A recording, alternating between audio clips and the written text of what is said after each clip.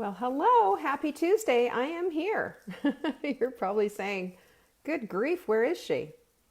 Well, I got something in my glass. I'm trying to determine if I'm going to drink it or not. I don't know if it's a spider or I think it's just a little thing. There we go. It's out now. Cheers. Everybody's asks me. I had some comments saying, hey, what are you drinking? Hi, Lisa. Good to see you. I am drinking. This is hot melt mix. Okay. What is it? It's exogenous ketones, keeps you in ketosis. It is also has MCT oil in it, which puts those ketones on just overdrive. It also has electrolytes in it. So you've got potassium, magnesium, and calcium in there, and sodium rather in there. So it's fantastic stuff. That's what I am drinking. I drink it every day. I drink it right around here between 1 and 3. And it just makes such a big fat difference. Okay, I can't see everybody without my glasses on. Hello, everybody. Good to see you all rolling in here. I'm glad to see you. I was thinking, I might be all by myself. Schenectady, New York. Love that area. Beautiful lakes up there. Beautiful, beautiful. So anyway, I don't know about you guys, but I'm getting ready for the holidays. I've got an Amazon package coming with almost all of my Christmas stuff in there, so I'm pretty pleased about not having to go to the mall. Thank you, Amazon, for that. But in the meantime, I'm also been working my little tail to the bone. I've got a big program that we are rolling out at the end of the year, so you are going to want to be signed up for emails. I hope you are already.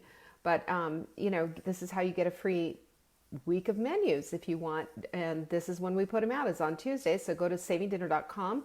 There'll be a little pop-up thingy. Sign up, get your menus for free. And you'll also get a notification. You'll also get to see what we're having at the end of this year, because we're going, we're doing something I've never done before. And I'm pretty excited about it. So, oh, thank you, Mimi. My hair and skin are glowing today. That must be my hot flash. Thank you. I appreciate that. Yeah, I mean, my skin is really has been really great lately. And the only thing that I have done at all differently is I've told you about that before, is I've added in the beauty support that I do morning and night now. I'm telling you, supplements are game changers, and that's why we have the ones that we do there. Every single one that we have in our shop, I take. So if you want to see me take supplements, maybe I'll just get online someday and just say, watch me take my supplements. Wouldn't that be fun? Yeah, not really. Well, we do have a quote of the week, though, that I absolutely love. And you guys all know the story of Helen Keller, right? I mean, Helen Keller is, if you really think about it, even though, this is a century ago, really, essentially, this is a woman who, fortunately was born into affluence, but she's born and has, I think, scarlet fever or rheumatic fever, some kind of a illness, ends up becoming blind and deaf at like 18 months of age. And if it wasn't for Anne Sullivan, she would have been just trapped in her body and just running wild the way she was. And the family, they were advised, of course, to institutionalize Helen. Instead, they hired Anne Sullivan, and Anne Sullivan came in and pulled out the goodness and the incredible intellect of someone who had a very difficult time communicating. And she ended up communicating to the world. And at the time when she was going on her speaking tours and what have you, when she was going out and doing all of these things, and writing books and being the woman that she was, wow, I mean, that just wasn't done in those days, especially from a woman with 2 severe disabilities. So I raise my glass to Anne Sullivan for her teaching. I raise my glass to Helen Keller for having the courage to go out there and do it. I mean, think about it. Just think about it for a minute. Women didn't even have the vote, you guys. And she was out there doing all of these things. She was a radical. And I salute the radicals. The most beautiful things in the world cannot be seen or even touched They must be felt with the heart. Helen Keller knew that she couldn't see, she couldn't hear, but she could certainly feel, couldn't she? She had a generous, enormous heart that was open to everyone, that was open to all. And if you read some of her quotes, this woman didn't mince her words. She was very on it, and she went straight for the heart every single time. She was the people's mouthpiece, really, and she couldn't even speak. So I give her amazing credit for that. I think she's amazing. So I like to talk about her. This week, this Friday, we're of course going to be having our Q&As. And our Q&A is anything that you need to ask me a question about. You might have a question about nutrition or cooking, or what else do I know about? I don't know. Whatever you have a question about, you can send it in to support@savingdinner.com. In the subject line, all you have to do is put question for Leanne on Friday, and I will answer it live here on Friday. And we love our Q&As, don't we? So it's always a big question for me. I mean, there's like always something in there that I just did not expect. So it's fun too, and I really enjoy our Q&As. So make sure that if you have a question, send it in. If you are interested in nutrition questions and cooking questions and all of that, you're going to want to be there. Okay? So today I was thinking about, like, what is the tip? My goodness, do you know, I mean, I do a show almost every day. I do a show at least 6 days a week, usually sometimes 7. This last time I didn't do it, so Sundays are kind of like up in the air if I feel like it or not. But for sure, Monday through Friday, I'm here unless, I'm out of town or whatever. And, as I started thinking, I was like, man, I'm going to run out of material here. But then I think, no, I don't, because I always think about, I do it from my perspective. I do it from like, what are the things that are torturing me? What are the things that I'm learning right now? Because, can I just say this? We are all in this together. Am I right? If you think I'm right, then throw me down an amen, sister, because listen, the last time I checked, we were all part of the human race. We're all part of this world, this society that we call Earth. And somehow or another, we get through it, don't we? And some of us do it where we're tortured, and some of us do it where we're living victoriously. And my whole question has always been, what is it that separates the sheep from the goats? What is it that makes the difference? What is it that makes it so that this person over here is successful and this person over here doesn't have it? And have you noticed too, if you look at history, like, we're just talking about Helen Keller, but if you look at history and you look at all of this, every single person that we can look at who is an example, there are people who have just been through absolutely horrific situations. They've got the cards stacked against them, and yet somehow or another they rose above and went beyond. How about that? There's those people, and then there's people over here who've been given every privilege in the world, every opportunity, and you've seen them. You've watched, I'm sure, on television when they talk about some kid who's his parents were wealthy and he had privilege and this, that, and the other thing, and he was just a complete disaster in life. What is it that separates people? And I think about it, and the thing that keeps coming back to me is that Aristotle quote that we had a while ago, that we are what we repeatedly do. Excellence, then, is not an act, but a habit. So what separates people who have enormous things against them and still rise to the top, like way above and beyond? I mean, look at Oprah, for heaven's sakes. Whether you like Oprah or not, you cannot, look at her without saying, wow, she came out of poverty in a segregated South in Mississippi, and yet look what she did. I mean, she just was on it. But if you look at the consistency of her life, it's just like, she was doing the next thing, and then she did the next thing, and then she did the next thing. And she never stopped believing in herself. She had doubts, of course. It wasn't that she ever felt like she wasn't good enough. And look at her, she is a plus sized woman in a skinny world, writing out her own ticket. That just doesn't happen. I know that she has said before in the past that was one of her biggest bugaboos was, this whole body size thing. And I get that because, we can get wrapped up in it, but it doesn't need to stop us from having a life, does it? It didn't stop Oprah, did it?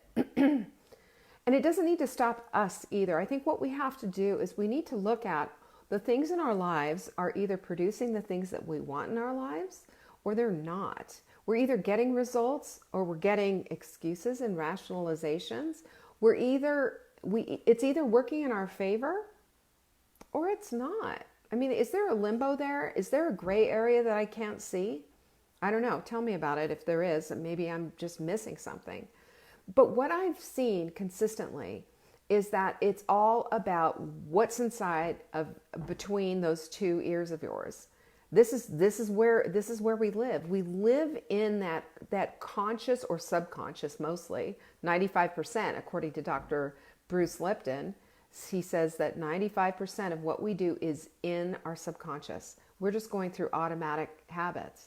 I was listening to Joe Dispenza, who I really admire. He's fantastic. And one of the things that he was saying is that most everybody has the same thoughts every single day that they had the day before and the day before and the day before that.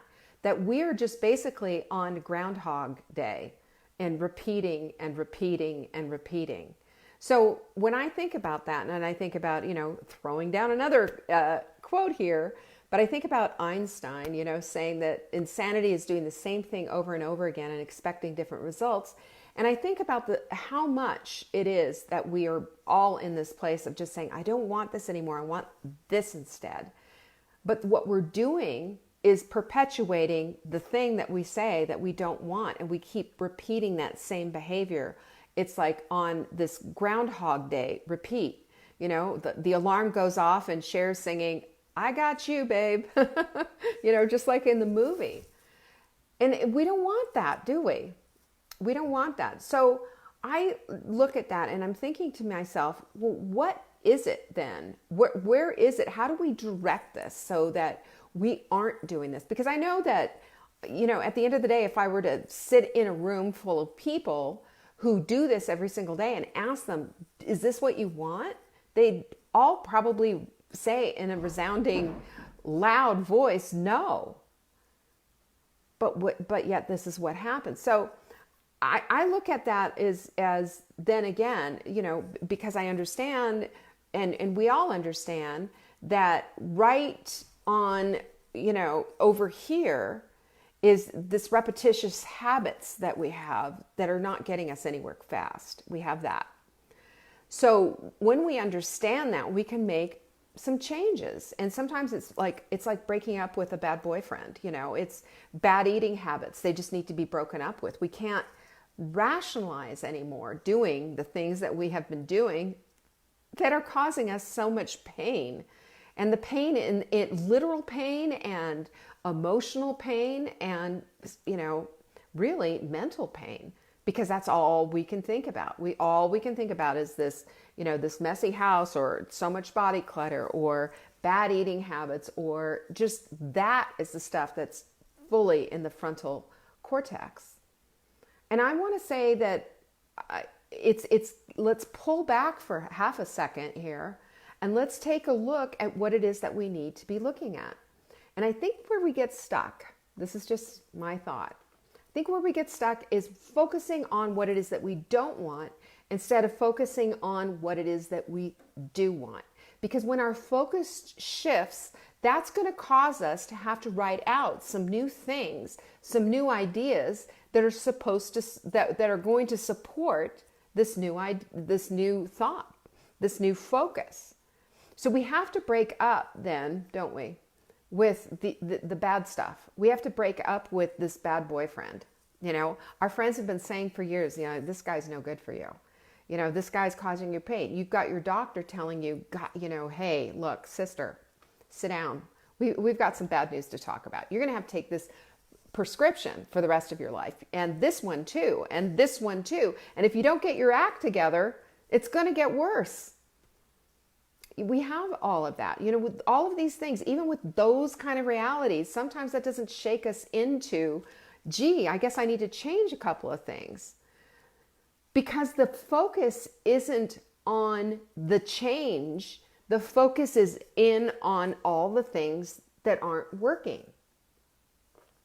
So we need to, we have to just say, stop, time out, here we go. What do I need to do in order to make those changes? And this is where it gets good, because this is where we can start being creative. This is where we can start tapping into our heart's desire. And this is where we can start living lives that we want to create instead of just accepting what's here. This is where we can get off of the sidelines and get into the game and be that person that takes such responsibility for our lives, that changes things up, that is, if something isn't working, okay, that's okay. We're going to go to the next thing, and we're going to go to the next thing, and we're going to work it, because we're going to get answers. That's what I think is the thing that makes all the difference. And then, of course, shifting up your behavior, and your behavior has to change. Your environment has to change. Things need to change. But it's not that we are helpless on this, are we? We've got all kinds of direction. We've got Professor Google at our fingertips, right? Or DuckDuckGo, whatever it is that you do. But we have everything at our fingertips. We can be the champions of our own lives at any point.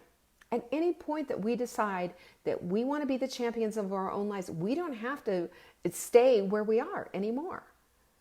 And I'm going to just bet that as, you're getting, wrapping up your Christmas stuff, or just getting started with it, or whatever, and holidays, and whatever the thing is that you're doing right now, if you're thinking about this, and sometimes for a lot of people, it's December 26th, they start thinking about these things, and, oh, I'm going to, this is going to be, or we're just finish up all this holiday food here, gain another few pounds.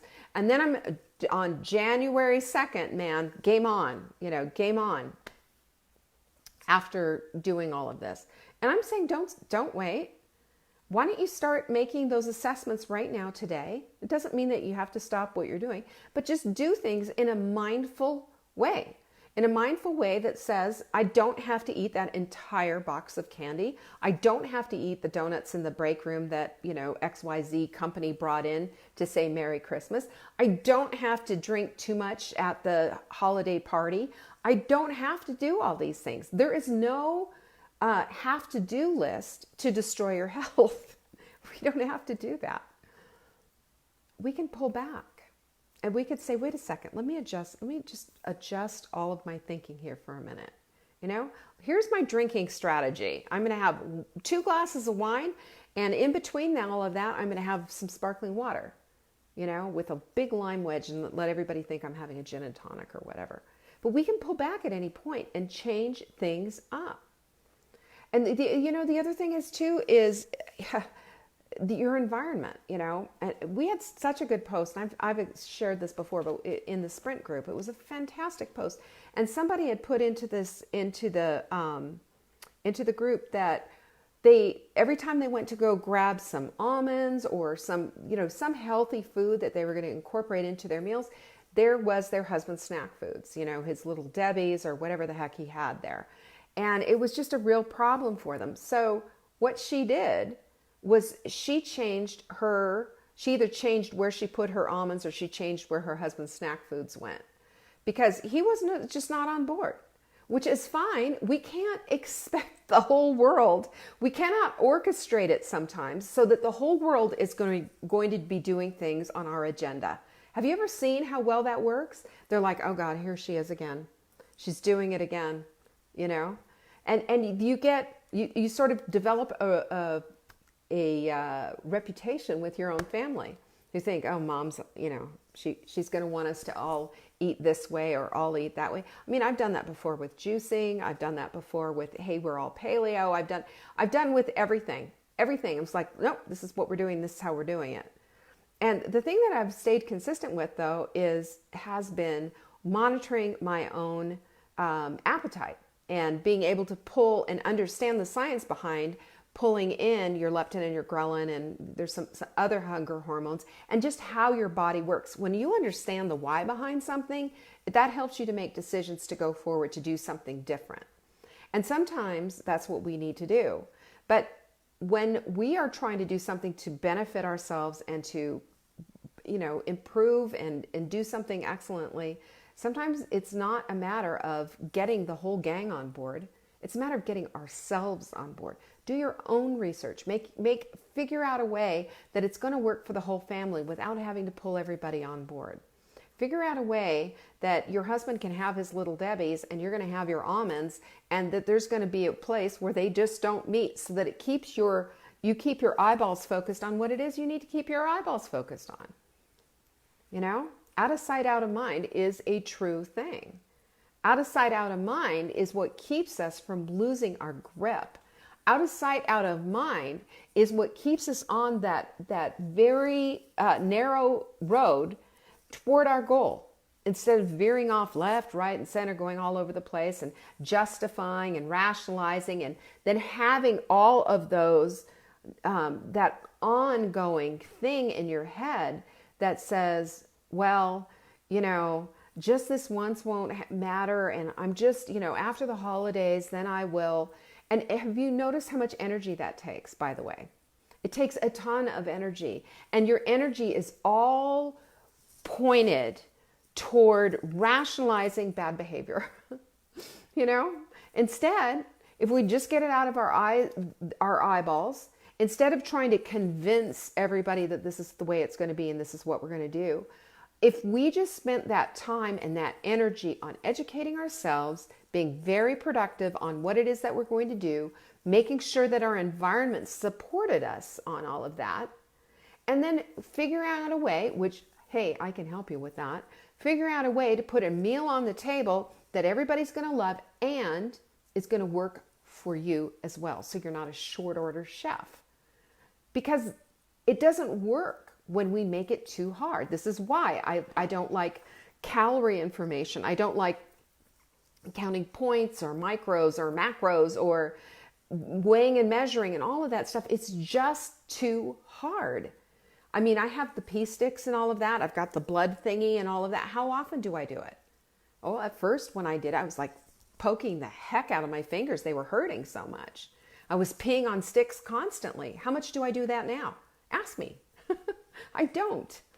Out of curiosity, I might. I've got the pee sticks in the bathroom. I've got my, monitor right here in a box. But the point is that what is going to work for you in the long haul? When you have like all of these options in front of you and you can go all these different ways, you think going all in means I need to get all the things. I need to have all the supplements. I need to have all the spiky, pointy thingies, and I need to pee on sticks 10 times a day. I need to count things. I need to count calories and points and macros and micros. I need an app for my phone.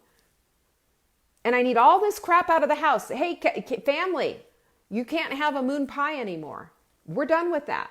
And as a matter of fact, get the fruit out of the house. We just want this. This is all it's going to be. Mom has spoken. And everybody would really prefer that you leave the house, right?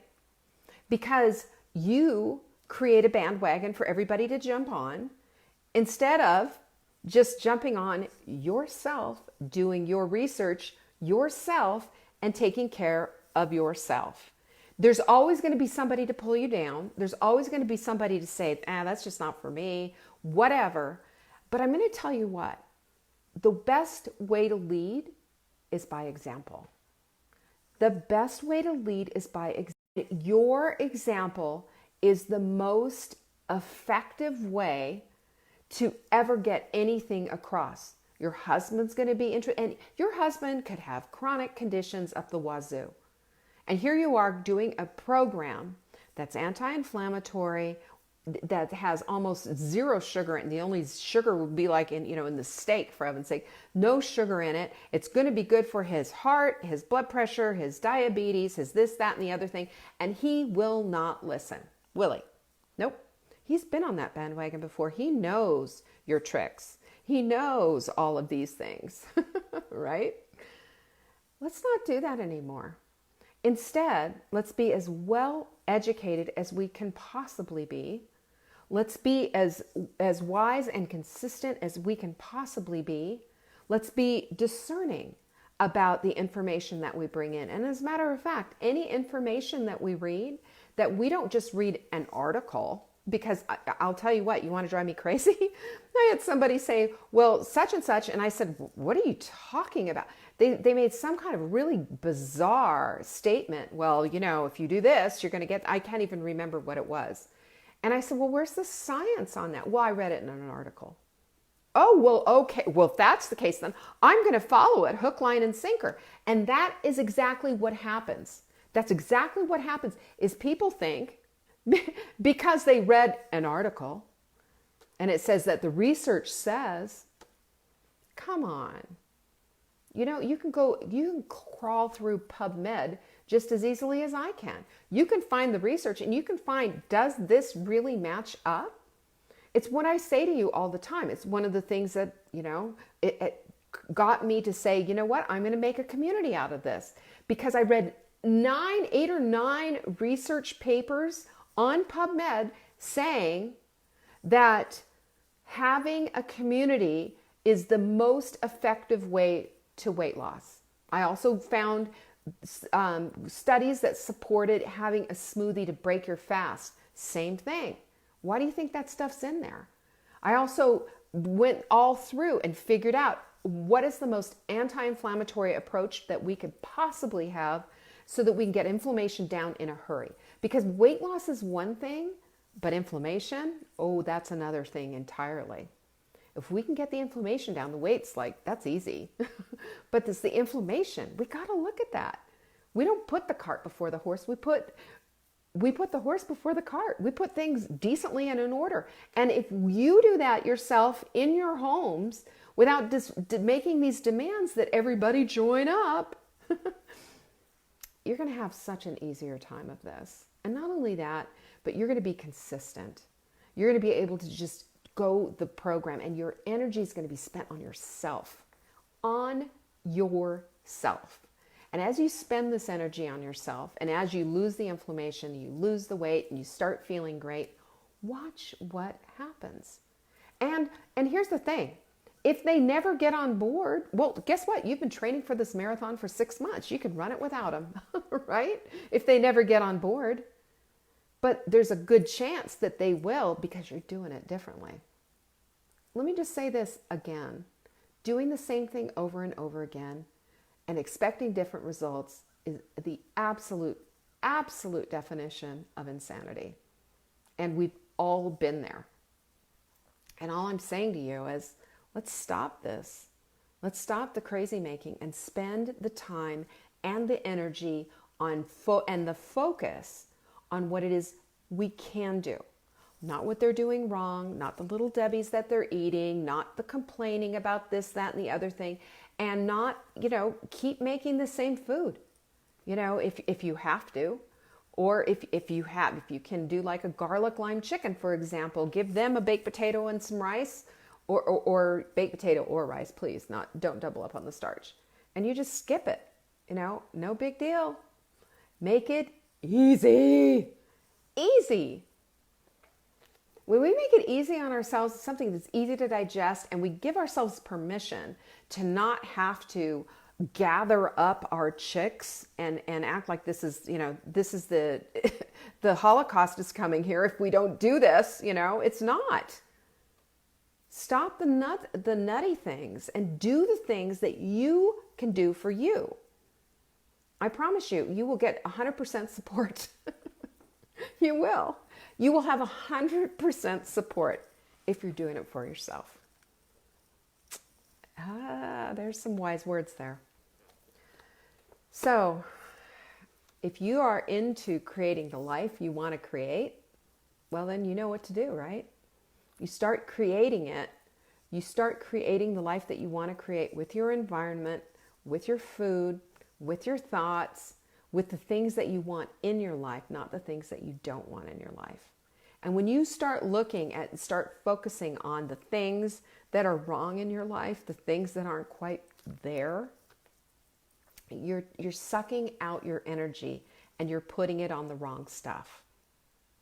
So put your energy on the things you do want. Put your energy on the life you do want to create. That's your focus. Your focus becomes everything then. And then at that point, you have, your body almost has no choice but to create, your brain is going to create a new Oregon Trail toward your focus. You're dismissing the other stuff and focusing on this new stuff over here. And wow, watch what happens. It's really quite miraculous. I'll tell you what, that's how I like to live my life.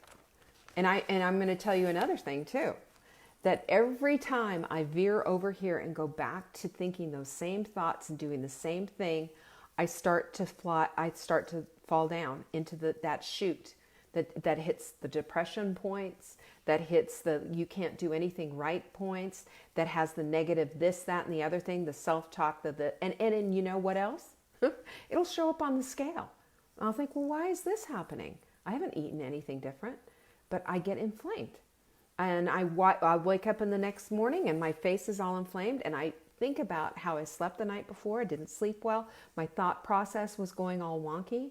And you just do it. If you understand that we live 95% of the time in our subconscious, then we have to keep pushing all of this stuff to the forefront, to the conscious.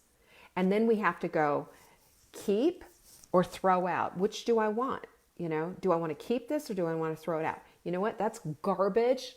I've been listening to that for my whole life. That goes. Instead, I'm going to plug in this good stuff. And it's a workout. Let me say that. And if right now I've got my little rebounder over here. I've been doing my rebounder workouts every day. I'm telling you, 5 minutes is all I can handle. But if I keep doing it, I'm going to be on there a lot longer. And that's what this is all about. It's about developing that kind of decision-making muscle and also developing that thought that I am not going to live in the subconscious anymore and allow all that negativity to throw me down the hole. We don't have to do that. That in and of itself it's a separate carousel of crazy. And that carousel of crazy will take us to the places that we just don't want to go. And I'm going to tell you right now, and this is an honest to God promise, that if you journal, if you keep goals, and if you start writing, looking at the things that inspire you, looking at the things that make you want to be a better person and want to live in an excellent way, those are the things that are going to pull you through, even when it's tough. But if you understand that, oh my gosh, here we go again. It's a knee-jerk reaction. I do this dumb stuff. I've done it all my life, and I'm not going to do that anymore. When you make that conscious decision and you decide that you're not going to do that anymore, and you write about it in your journal, and you talk to your body clutter buddy about it, and you make those efforts to go forward, you do go forward. And sometimes it's like a cha-cha, a little bit forward and a little couple steps back and then a little bit forward again. But I'm telling you, there is some momentum there. We can grab that whole physics thing and grab the momentum, one thing after the other. This is why we piggyback our habits. Our good habits are piggybacked on each other. And this is why right after I'm done with this, I'm going to go do my 4-minute workout. So here's the thing. I want you guys to grab this with both hands. Promise me you'll do that, okay? Promise me you're going to grab this with both hands, because you deserve that kind of a life. You deserve to live a life that is so pure and wonderful and abundant and huge and juicy, creative, wonderful, everything. Everything. Do not be discouraged if you go a little bit back. Just catch yourself and say, you know what? Oh, there we go. Forget it. We're not going to do that. Cha-cha forward. We're going to do that together, guys. We can do it.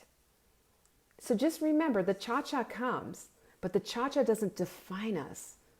You know, when it comes, we just recognize, oh, there I go. And I'm going to cha-cha my way right back up to the front. Hustle it. Make it happen. You guys have this. I'm telling you, I have everything in me says, I believe in you. Everything in me tells me that this is what you want. I know it's what I want for me. How could we not want this together? And can you imagine as a community, watching this whole community change, watching where we're going to be from here, you know, December 17th, 2019. I can't wait for December 2020, December 19th, 2020, or December 17th, whatever it is, 2020. And we're going to be saying, remember when this was so hard? And now, not only are we cha-cha queens, but we can Roomba. We can Roomba. Roomba. You know, I'm getting all my, it's an appliance. Anyway, that's all I have for you today. That's enough, right? Go out and cha-cha your way to success. You have got this. Okay? It's just a matter of just don't let the subconscious ever have its way again without you going instantaneously, wake up and say, you know what? No, ma'am. Cha-cha forward. Cha-cha-cha. I love you guys. Peace out. Now go buy something in my store. I've got a payroll to make. Love you. Bye.